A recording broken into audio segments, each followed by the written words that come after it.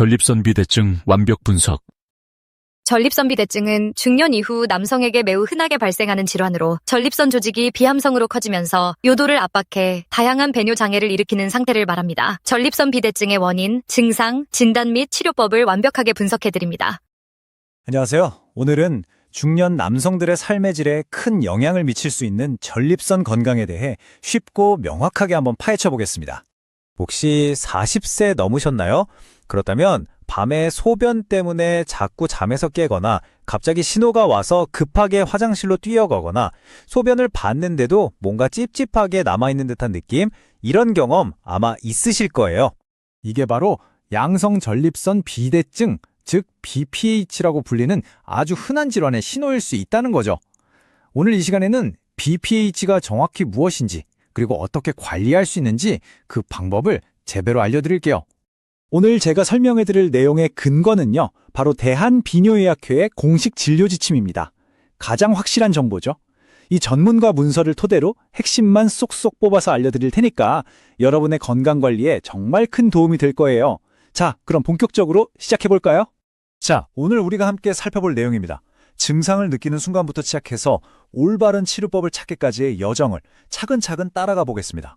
자, 첫 번째로 도대체 BPH가 뭔지, 우리 몸에서 무슨 일이 벌어지고 있는 건지 그 기본 개념부터 한번 짚어보죠.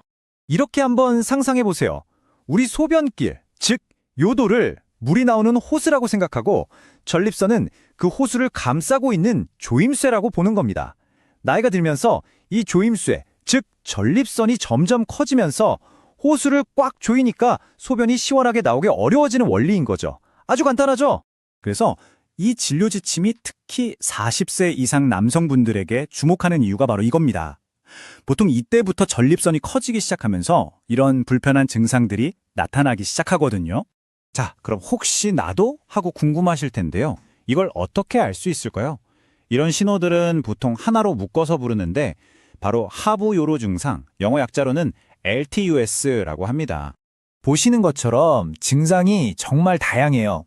그냥 좀 불편한 정도에서부터 와, 정말 일상생활이 힘들다 할 정도로 삶의 질을 확 떨어뜨릴 수도 있습니다.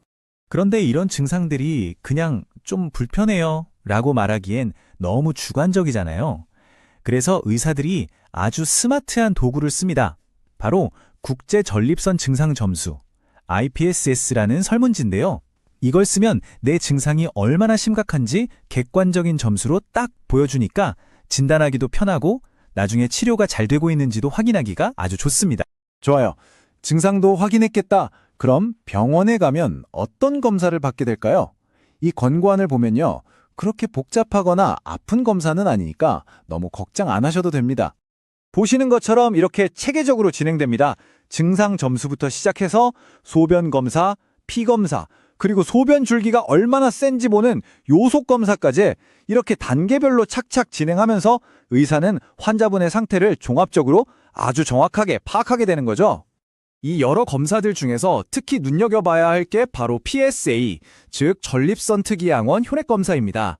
이 수치가 1.4 엔진 퍼 밀리리터를 넘었다? 이건 단순한 수치가 아니에요. 아, 이분은 전립선이 꽤 크겠구나. 그리고 앞으로 증상이 더 나빠질 수도 있겠네 하는 아주 중요한 신호가 되는 겁니다. 그러니까 이 PSA 검사가 정말 중요한 게 단순히 다른 병이 있나 없나 보는 걸 넘어서서 나중에 어떤 약을 써야 가장 효과가 좋을지, 말하자면 치료의 방향을 정하는 나침반 역할까지 해신다는 거예요. 정말 똑똑한 검사죠? 자, 이제 진단이 나왔습니다. 그럼 치료는 어떻게 할까요? 다행히도 선택지가 아주 많습니다. 처음부터 막 수술하고 그러는 게 아니에요. 가장 부담 없는 방법부터 시작합니다. 증상이 아직 심하지 않다면 이런 생활 습관 개선부터 시작해보라고 권고합니다. 저녁에 물 좀 덜 마시고 커피나 술 줄이고 이런 사소해 보이는 것들이 의외로 효과가 꽤 좋습니다. 이걸 대기관찰 요법이라고도 불러요. 그런데 생활 습관만으로는 좀 부족하다, 증상이 꽤 심하다 할 때는 이제 중요한 선택의 기로에 서게 됩니다. 바로 약을 먹을 것인가 아니면 수술을 할 것인가 하는 문제죠. 이 부분 정말 중요합니다. 대한비뇨의학회 진료 지침의 핵심 권고안인데요. 수술보다는 약물 치료를 먼저 고려하라는 겁니다. 이게 바로 현대의학의 치료 방향이에요. 무조건 수술부터 하는 게 아니라 약으로 먼저 안전하고 효과적으로 관리하자는 거죠. 그럼 어떤 약을 쓸까요? 크게 두 종류가 있습니다. 알파 차단제는 전립선 주변 근육을 이완시켜서 소변기를 넓혀주는, 그러니까 즉각적인 효과를 내는 약이고요. 5알파 환원요소 억제제, 이름이 좀 어렵죠? 줄여서 OARA라고 부르는데 이건 아예 전립선 사이즈 자체를 서서히 줄여주는 근본적인 치료에 가깝습니다. 작용 방식이 완전히 다르죠. 그러면 이런 생각이 들죠. 그럼 이 두 가지 약을 같이 쓰면 더 좋지 않을까? 네, 아주 좋은 질문입니다. 많은 환자분들이 궁금해하시는 부분이고 당연히 진료 직침에서도 이 문제를 깊이 다뤘습니다. 결론부터 말씀드리면 네, 맞습니다. 특히 전립선이 좀 크신 분들의 경우에는 이 두 가지 약을 함께 썼을 때가 알파 차단제 하나만 썼을 때보다 증상 개선 효과도 소변 줄기 세기도 훨씬 더 좋아지는 걸로 나타났어요. 시너지 효과가 확실히 있는 거죠. 물론 수술이 필요 없는 건 아닙니다. 약을 써도 효과가 별로 없거나 증상이 너무 심해서 합병증까지 생겼을 때는 수술이 아주 효과적인 해결책이 될 수 있습니다. 하지만 이건 어디까지나 약물 치료 다음 단계에서 고려하는 옵션이라는 점 기억해 두시면 좋겠습니다. 자, 이제 거의 다 왔습니다.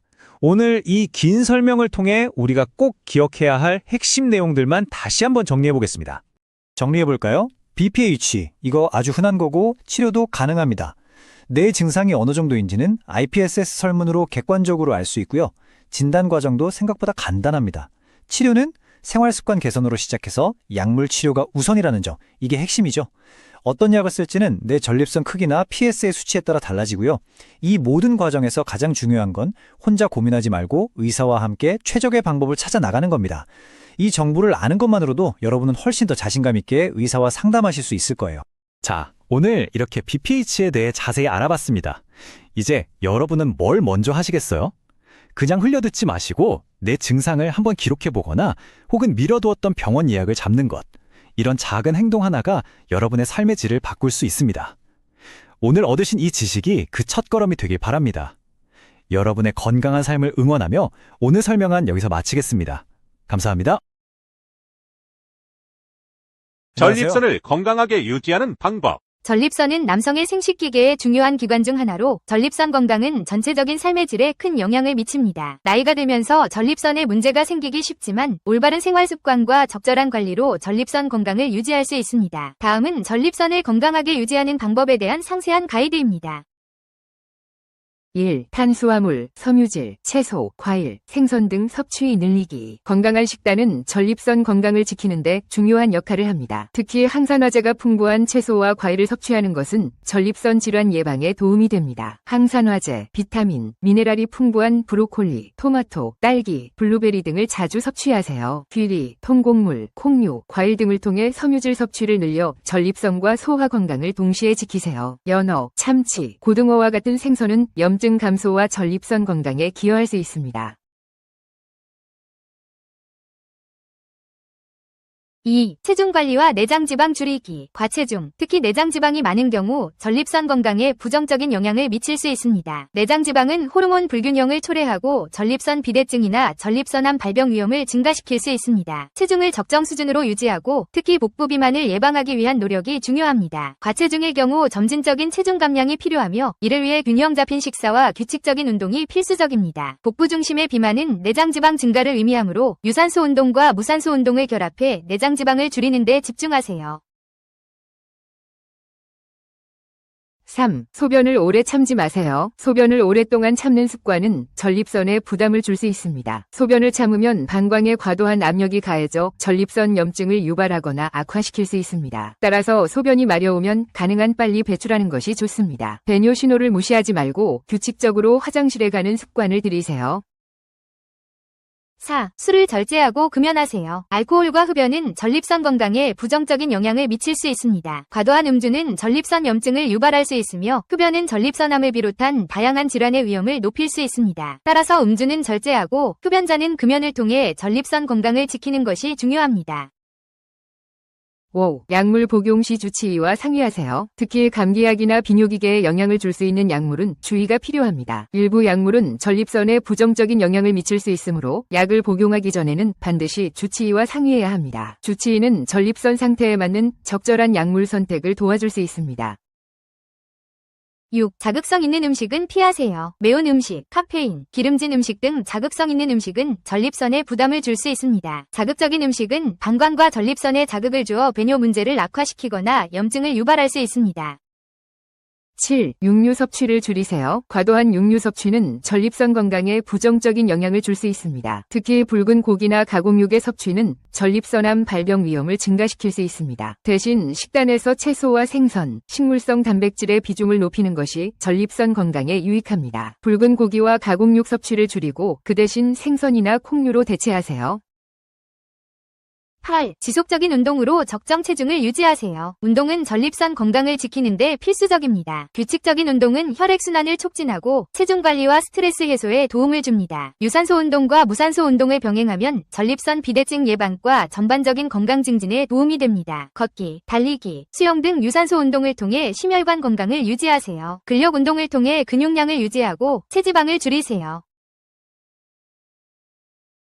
결론으로 전립선 건강을 유지하기 위해서는 건강한 생활 습관을 유지하고 정기적인 검진을 통해 상태를 점검하는 것이 중요합니다. 건강한 식습관, 규칙적인 운동, 금연과 절제된 음주, 스트레스 관리 등이 모두 전립선 건강을 지키는 데 도움이 됩니다. 꾸준한 관리와 예방은 전립선 질환을 방지하고 전반적인 삶의 질을 향상시키는 데 큰 역할을 할 것입니다.